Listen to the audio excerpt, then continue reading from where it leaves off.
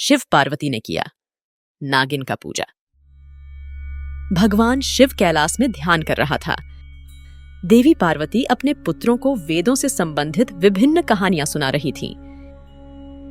एक नागिनी भगवान शिव से मिलने के लिए कैलाश की ओर प्रस्थान कर रही है। अभी मुझे भगवान शिव जी के पास जाना है, उन्हें जाकर मेरी समस्या बतानी है। केवल भगवान शिव ही है जो मुझे और मेरी जाति को बचा सकते हैं और कोई नहीं सकता। इस प्रकार नागिनी कैलासा के द्वार पर आती है। यह बात कैलाश के द्वार पर स्थित नंदी नागिनी से कहती है।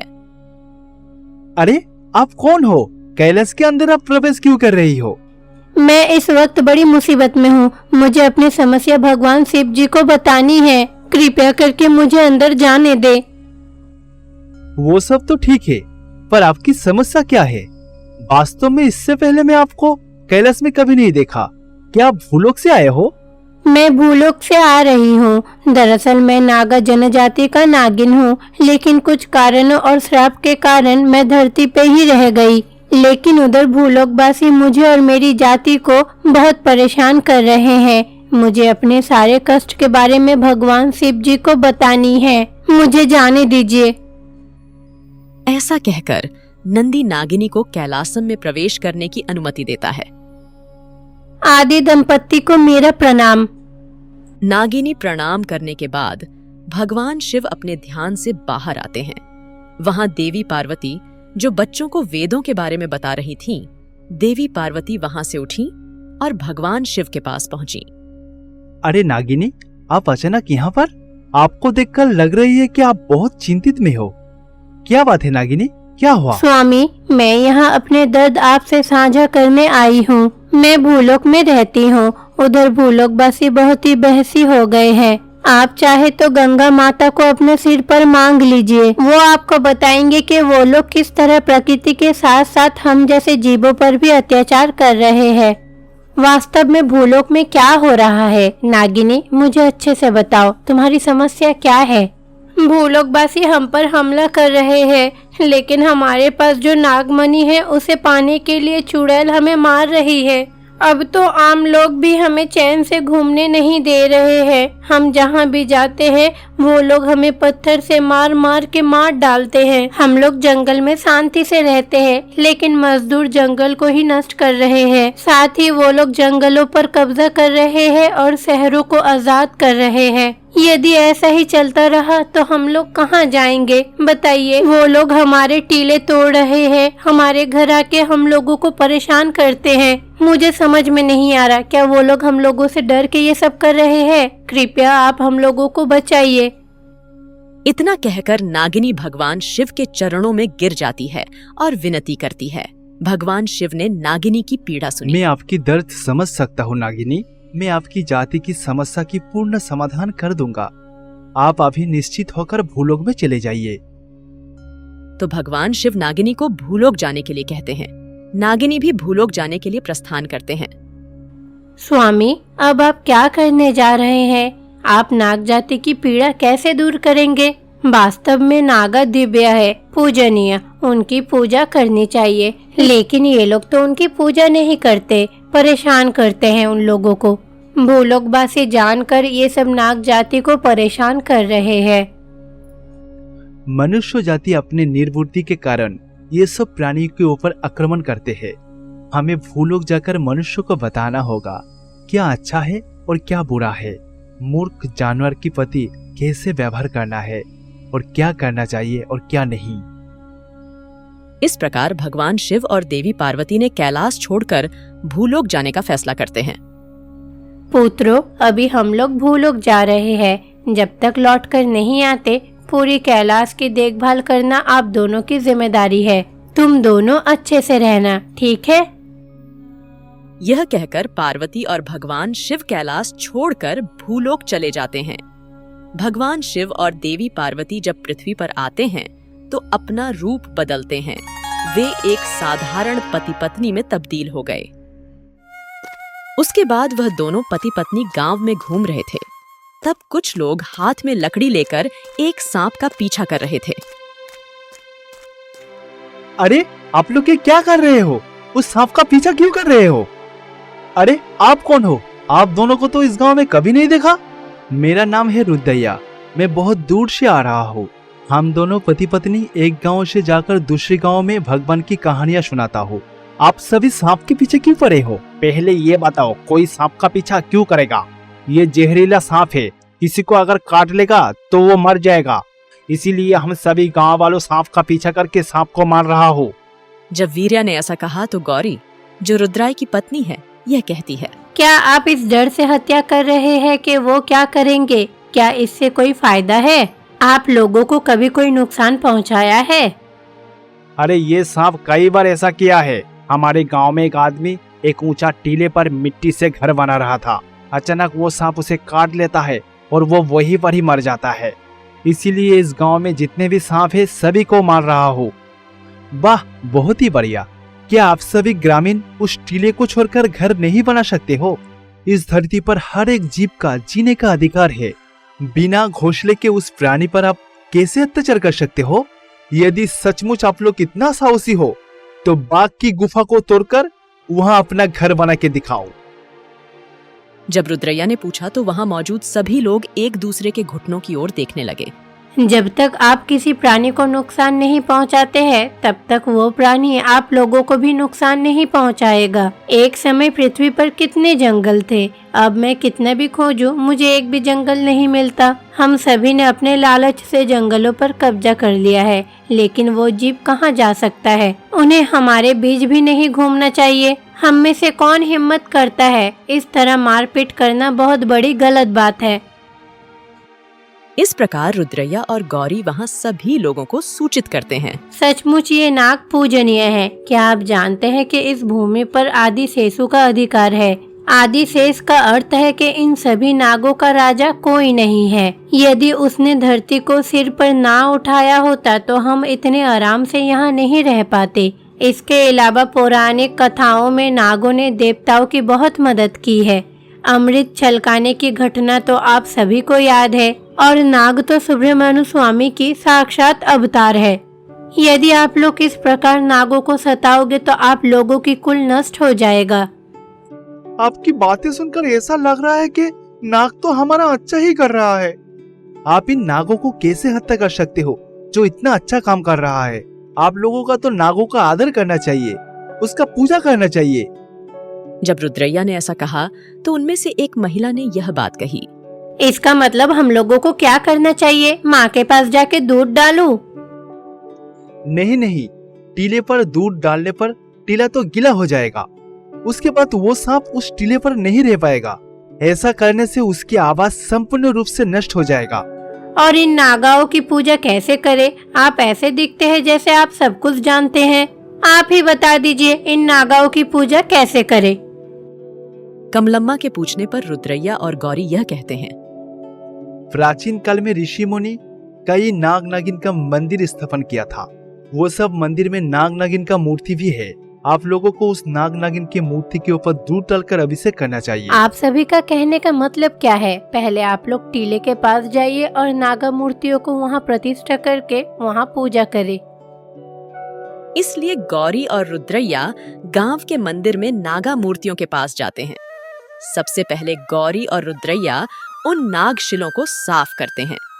फिर उसके साथ दूध से अभिषेक हल्दी और केसर मिलाकर किया, जल से भी किया जाता है, और फिर तरह तरह के फूलों से सजाया गया।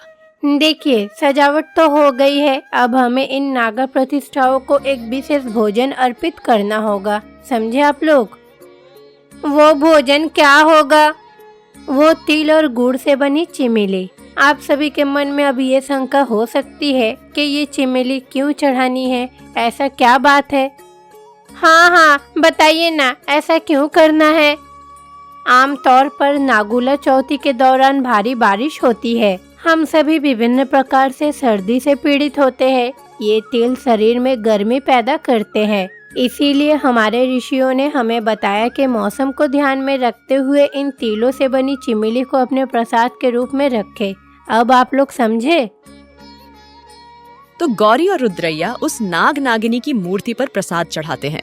उसके बाद वे नाग नागिनी की पूजा भी करते हैं। उपस्थित सभी लोग उस पूजा को सीखेंगे। आप दोनों कहाँ से आए हो ये नहीं पता, पर आप दोनों बहुत ही अच्छी बात सिखा दिया। आज के बाद हम सभी लोग सांपों को नहीं मारेंगे। आप दोनों जिस तरह से पूजा सिखाया उस तरह से पूजा भी करेंगे। इस प्रकार रुद्रैया और गौरी लोगों में परिवर्तन लाते हैं।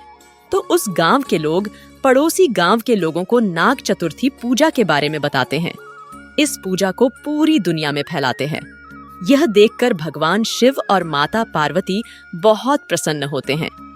इस प्रकार देवी पार्वती और भगवान शिव पृथ्वी के निवासियों को नाग चतुर्थी पूजा प्रणाली के बारे में सूचित करने के बाद कैलाश चले जाते हैं। संसार में कृतिकु नाम के एक ऋषि थे। कृतिकुड़ा भगवान शिव के एक समर्पित भक्त हैं। उनका मानना था कि केवल भगवान शिव की ही पूजा की जानी चाहिए। कृतिकु शिव परिवार का उपासक नहीं था। वह चाहते थे कि उनकी प्रत्येक पूजा केवल भगवान शिव के लिए हो। हे महादेव, मैं आपका बहुत बड़ा भक्त हूँ। मैं आपके पूजा किए बिना एक दिन भी नहीं रह सकता। आपका ध्यान किए बिना मेरा दिन नहीं गुजरता स्वामी। मैं आपके साथ हमेशा के लिए जुड़ जाऊंगा स्वामी। एक दिन मैं ये शरीर छोड़ के आप में विलीन हो जाऊंगा। मैं आपकी पूजा तब तक करता रहूंगा जब तक मेरे शरीर में जान है। आपका पूजा करके जो मुझे शांति मिलता है वो किसी और चीज में नहीं मिलता है स्वामी। इसी बीच उसकी पत्नी सुलोचना देवी उनके पास आती हैं और ये कहती हैं, आप वास्तव में क्या करते हैं? हमेशा भगवान शिव की ही पूजा करते हैं। पूजा का पूरा फल पाने के लिए माता पार्वती का भी पूजा करना जरूरी है और उसके साथ ही सबसे पहले भगवान गणेश की ही पूजा करनी चाहिए। क्या आप ये नहीं जानते? इसी तरह सबका पूजा करने से तभी महर्षियों का पूजा सफल होता है। देखो, मैं सब कुछ जानता हूँ। मेरा मन केवल भगवान शिव का पूजा करना चाहता है। मैं किसी और का पूजा नहीं कर सकता, चाहे मुझे कोई कुछ भी कहे। भले ही भगवान शिव ही क्यों ना हो जो मुझे सबकी पूजा करने के लिए कहे, मैं ऐसा नहीं कर सकता। सच कहूँ तो मुझे किसी और की पूजा करने में मजा नहीं आता। ऐसा कहकर महर्षि भगवान शिव की आराधना कर रहे हैं। यह सब भगवान शिव और देवी पार्वती देखते हैं। गणेश और कार्तिकेय भी देख रहे हैं। उसकी मेरी प्रति भक्ति बहुत ही ज्यादा है, परंतु वो मेरी वास्तविक स्वरूप को नहीं जान पाया। सभी भक्त कब समझेंगे मैं और मेरी परिवार अलग नहीं है। मेरे साथ साथ मेरे परिवार की भी पूजा बहुत ही जरूरी है। मैं और मेरा परिवार अलग नहीं है।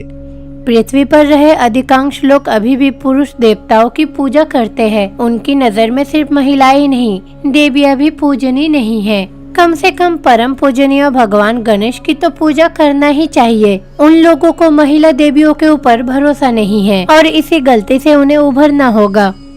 इस प्रकार भगवान शिव और देवी पार्वती बातें करते रहे। दूसरी ओर कृतिकुड़ु को एक विचार आता है। अरे सुलोचना, मेरे मन में एक विचार आया। मैं सोच रहा था कि अगले सोमवार भगवान शिव के नाम पर एक योग करूंगा।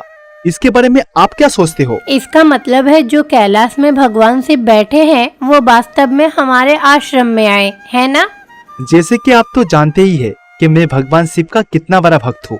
अगर इसके जरिए मैं उन्हें बुलाऊंगा तो वो जरूर आएंगे। आप मेरे कुछ अन्य शिष्यों के साथ सारे तैयारी करके रखिए सुलोचना। मैं अभी कैलाश जाकर उनको आमंत्रित करूंगा और स्वामी को अपने साथ लाऊंगा। ऐसा कहकर कृतिकुड़ु कैलाश की ओर प्रस्थान करेंगे। इस प्रकार महर्षि कृतिकुड़ु लंबी दूरी तय करके कैलाश पहुंचते हैं। गणेश और कार्तिकेय कैलाश के बाहर खेल रहे हैं। अरे आप कौन हैं? आपको तो कैलाश में कभी नहीं देखा। आप बताइए, आप कौन आश्रम के महर्षि हैं? क्या मैं भगवान शिव का बहुत बड़ा भक्त हूँ। मेरा नाम कृतिकुरु है। मैं अपने शिष्यों के साथ एक यज्ञ का आयोजन कर रहा हूँ। इसके लिए मैं भगवान शिव को आमंत्रित करने आया हूँ कि प्रिया मुझे अंदर आने दीजिए, मैं उससे मिलना चाहता हूँ। ओह अच्छा, ठीक है। पहले एक काम कीजिए, ये है गणेश, मेरी बड़े भैया, परम पूजनीय। पहले आप उन्हें प्रणाम करें, फिर कैलाश में प्रवेश करें। क्या महर्षि आपको समझ में आया? भले ही मेरा जान ही क्यों न चले जाए, मैं भगवान शिव के अलावा और किसी को प्रणाम नहीं करूँगा। इतना कहकर कृतिकुड़ु अंदर चला जाता है। वह महाशिव के पास जाता है। भगवान शिव के बगल में देवी पार्वती भी विराजमान है। फिर भी यह कृतिकुड़ु केवल भगवान शिव को ही प्रणाम करती है। हे देवों का देव महादेव, आपको नमस्कार। यहाँ आकर आपके दर्शन पाकर मुझे बहुत ही खुशी हुई। क्या बात है महर्षि, अचानक आप यहाँ, क्या कोई खास वजह? स्वामी, मैं भूलोक में अपने आश्रम में एक यज्ञ का आयोजन कर रहा हूँ। आपको उसी यज्ञ में अवश्य आना होगा। मैं आपको आमंत्रित करने के लिए आया हूँ स्वामी, लेकिन कितनी करूँ, मुझे कैलाश में एक महत्वपूर्ण काम है। मैं आपकी यज्ञ में नहीं आ सकता। प्लीज आप बुरा मत मानिए। देखिए स्वामी, मैं अपने आश्रम के शिष्यों और मेरे पत्नी से कहा है, मैं स्वामी को जरूर लाऊंगा। स्वामी, आप अगर मेरे साथ नहीं जाएंगे तो मेरा कोई इज्जत नहीं रहेगा। मेरा आश्रम में मुझे कोई सम्मान नहीं करेगा। सभी सोचेगा कि मैं हार गया हूँ। स्वामी, मेरे आश्रम में मेरा सम्मान आपको ही रखना पड़ेगा। वो सारे लोग मेरा अपमान करेगा। स्वामी, आप मेरे घर में आकर मेरे निमंत्रण स्वीकार नहीं करेंगे तो मैं पूरी तरह से बर्बाद हो जाऊंगा। स्वामी। ऐसा कहकर कृतिकू भगवान शिव के सामने आंसू बहाती है। अरे महर्षि, आप इस तरह से रो क्यों रहे हो? आप तो अच्छी तरह से जानते हो कि मेरा एक परिवार है और आप सिर्फ मुझे आमंत्रित कर रही हो। मेरा परिवार को छोटा मत समझिए। आपको तो पता ही है, मैं अपने परिवार के बिना कहीं नहीं जाता। अगर आप मेरे परिवार सहित मुझे आमंत्रित करेंगे तो तब हम आपके घर में जाने में सोच विचार कर सकते हैं, ठीक है? लेकिन महर्षि, मैं केवल आपको आमंत्रित कर रहा हूँ। अगर आप आपके परिवार के साथ आना चाहते हो तो इसमें मुझे कोई आपत्ति नहीं है। आप अपना परिवार को ला सकते हैं। देखिए महर्षि जी, आप समझने की कोशिश कीजिए। भगवान शिव के दो तरह के परिवार हैं। कैलाश में जो लोग हैं, गणेश, कार्तिक, मैं, प्रमातागण, नंदी, ये सब, और दूसरी परिवार पूरी दुनिया है। अब आप ही बताइए, महादेव शिव किस परिवार के साथ आपके घर आएंगे? जब देवी पार्वती ने ऐसा कहा तो महर्षि ने मन में यह सोचने लगा। माँ देवी, स्वामी, क्या आप पूरे भूलोकवासी के साथ मेरे आश्रम में आएंगे? फिर तो मुझे उन सभी को खाना खिलाना होगा। मेरे तो सारे पैसा खत्म हो जाएगा। देखिए, अगर कार्तिक, गणेश, देवी पार्वती और नंदी और पूरे कैलाशवासी मेरे आश्रम में आए, मैं उन सभी को भरपेट खाना खिला सकता हूँ। पर मैं पूरे भूलोकवासी को कैसे खाना खिला सकता हूँ? वो महर्षि अपने मन में यही सोचता है। वह मन में ऐसा सोचता है और ऐसा कहता है। स्वामी, आप नहीं आएंगे तो कोई बात नहीं, आप अपना परिवार में से किसी को भेज दीजिएगा। फिर भी मैं खुशी खुशी अपना यज्ञ पूरा कर लूंगा। मुझे बहुत खुशी होगा। स्वामी, आपने जो बात कहा है वो बहुत ही अच्छा है। मुझे कैलाश में एक महत्वपूर्ण काम है और आप तो जानते ही है कि देवी पार्वती मेरे बिना कहीं नहीं जाती है और कार्तिक मार्शल आर्ट का प्रैक्टिस करेगा। अतः महर्षि, केवल गणेश ही खाली रहेंगे। आप मेरे पुत्र गणेश को अपने साथ ले जा सकते हो। आप उसे वो सब खिलाएंगे जो वो खाना चाहते हैं। आप उसकी भूख की संतुष्ट करने की प्रयास करेंगे, ठीक है? क्योंकि आप तो जानते ही हो कि गणेश खाने का बहुत ही शौकीन है। उसका भूख जरूर मिटाना, ठीक है? जब भगवान शिव ने ऐसा कहा तो महर्षि ने मन ही मन सोचा, मेरे आश्रम में एक छोटा बच्चा जा रहा है। ये बच्चा और कितना खाएगा? एक या दो निवाला खाने के साथ साथ इसका पेट भर जाएगा। इसको जब मैं आश्रम में ले जाऊंगा तब जाके खाना पकाऊंगा। वो मन ही मन सोचता है। फिर वह यह बात कहता है, ठीक है महादेव, मैं इन बच्चों को अपने साथ ले जाऊंगा। आप कोई भी किसी तरह का चिंता मत कीजिए। ये लड़का जो भी मांगेगा मैं वही दिलाऊंगा और इसे भरपेट खाना खिलाऊंगा। इतना कहकर कृतिकाणु गणेश को अपने साथ ले जाती है। भगवान गणेश के आगमन से आश्रम में सभी लोग खुशियां मनाते हैं। सुलोचना देवी भी जनजाति के आनंद में पड़ रही हैं। सुलोचना देवी भगवान विनायक के चरणों छुए और उन्हें प्रणाम किया। अरे सुलोचना, ये क्या कर रही हो? तुम इस प्रकार से इसके चरणों में क्यों गिर रही हो? इसका क्या मतलब है? ये तो एक लड़का है। इस संसार में केवल भगवान शिव की ही पूजा की जा सकती है। अरे ये तो महान भगवान शिव के पुत्र है और इनके पास भी तो शक्तियाँ और ज्ञान है। हमें उस ज्ञान को नमन करना चाहिए, इसीलिए तो मैं उन्हें प्रणाम कर रही हूँ। सुलोचना देवी अपनी पति को इस तरह उत्तर देती है तो कृतिकाणु अपने शिष्यों के साथ यज्ञ शुरू करती है। अरे गुरुदेव, कोई भी शुभ काम करने से पहले गणेश जी की तो अवश्य ही पूजा करनी चाहिए और यहाँ तो गणेश जी स्वयं उपस्थित है। इसलिए गुरुदेव, ऐसा सौभाग्य तो हम लोगों को बार बार नहीं मिलेगा, है ना? इसलिए भगवान गणेश का पहला पूजा करते हैं, फिर यज्ञ शुरू करते हैं, ठीक है? अरे शिष्यों, मैं आप लोगों को कितनी बार बताया, मैं केवल दुनिया में भगवान शिव का ही पूजा करता हूँ और ये लड़का भगवान शिव का ही पुत्र है। गणेश कोई भगवान नहीं है। क्या मेरी बात समझ में आया? इतना कहकर कृतिकाणु भगवान गणेश की पूजा किए बिना ही यज्ञ शुरू कर देती है। गणेश हंस रहे हैं। इस प्रकार कुछ समय बाद यज्ञ पूरा हो जाएगा। इसी बीच रात्रि भोज का कार्यक्रम शुरू हो जाता है। देवी सुलोचना भगवान गणेश के सामने भोजन परोसती हैं। अरे ये लड्डू, मोदक, जलेबियाँ ये सब तो मुझे बहुत पसंद है और इसकी सुगंध भी बहुत अच्छी आ रही है, मजा आएगा। इतना कहकर गणेश सारे लड्डू खाना शुरू कर देती है। अरे ये सारे लड्डू खत्म हो गए, मुझे और भी लड्डू खाने हैं, जल्दी से लेकर आइए। शिष्यों, भगवान गणेश के लिए कुछ और लड्डू बनाकर लेकर आओ। जब सुलोचना देवी ने कहा तो सभी शिष्यों ने कुछ और लड्डू बनाए और भगवान गणेश के पास ले आए। गणेश जी उन सबको एक साथ अपने मुंह में डाल लेते हैं। आपने मिठाई में केवल ये लड्डू ही बनाए क्या? मुझे बहुत भूख लगी है, जल्दी से पुलिहोरा बना के लेकर आइए। ऐसा कहकर देवी सुलोचना पुलिहोरा बनाकर परोसती हैं। यहाँ तक कि पुलिहोरा भी गणेश द्वारा कुछ ही क्षणों में समाप्त हो जाएगा। अरे आपको नहीं पता कि मुझे पकोड़ा पसंद है, जल्दी से बनाकर लेकर आइए, मैं अभी भी भूखा हूँ। गणेश जी के ऐसा कहने पर सभी शिष्य पकौड़ियाँ बनाकर ले आए। भगवान गणेश उन्हें भी क्षण भर में खा जाते हैं। मेरी भूख का कोई अंत नहीं है, मैं अभी भी भूखा हूँ, जल्दी से कुछ खाना बनाकर मेरी भूख मिटाने की कोशिश करो। गणेश जी इसी प्रकार भोजन करते हैं। शिष्य खाना पकाते रहे। यह देखकर वह महर्षि बहुत डर गया।